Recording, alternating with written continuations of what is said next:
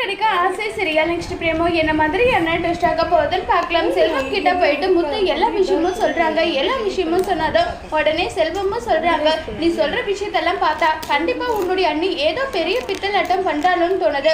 ஆமா, ரெண்டு பேருமே சரியான கூட்ட கலமானிங்க தான். மனோஜ்க்கு அந்த அளவுக்கு டேலண்ட் கிடையாது. ஆனா மனோஜ் வந்து ரோகிணியோட கை பொம்மையா மட்டும்தான் இப்ப வரைக்கும் இருக்கான். எனக்கு என்னவோ அவங்க ரெண்டு பேரும் மேல சந்தேகமா தான் இருக்குன்னு சொல்லிக்கிட்டு இருக்காங்க.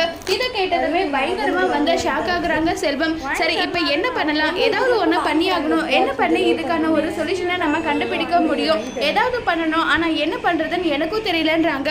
ஆனா ரோகிணி ஏதோ ஒரு விஷயத்த மறைக்கிறா. என்னுடைய அம்மா அவளை ரொம்ப தலைமையில தூக்கி வச்சு கொண்டாடிட்டு இருக்காங்க.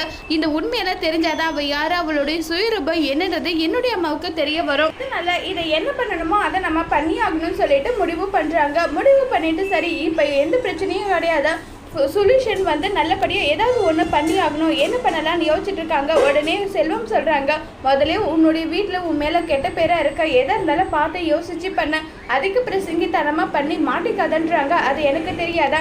எப்படா என்னை மாட்டி விடணும்னு சொல்லிட்டு எல்லாருமே அப்படிதான் இருக்காங்க. எனக்குன்னு வீட்டில் சப்போர்ட்டை என்னுடைய மீனாவும் என்னுடைய அப்பாவும் மட்டும்தான், வேற யாருமே கிடையாது. எப்படியாவது நான் ரோகிணியை அவளுடைய சுயரூபத்தை கண்டுபிடிச்சே தீருவேன்னு சொல்லிட்டு முத்து முடிவு எடுக்கிறாங்க. அதோட இந்த பிரமவை முடிச்சிருக்காங்க.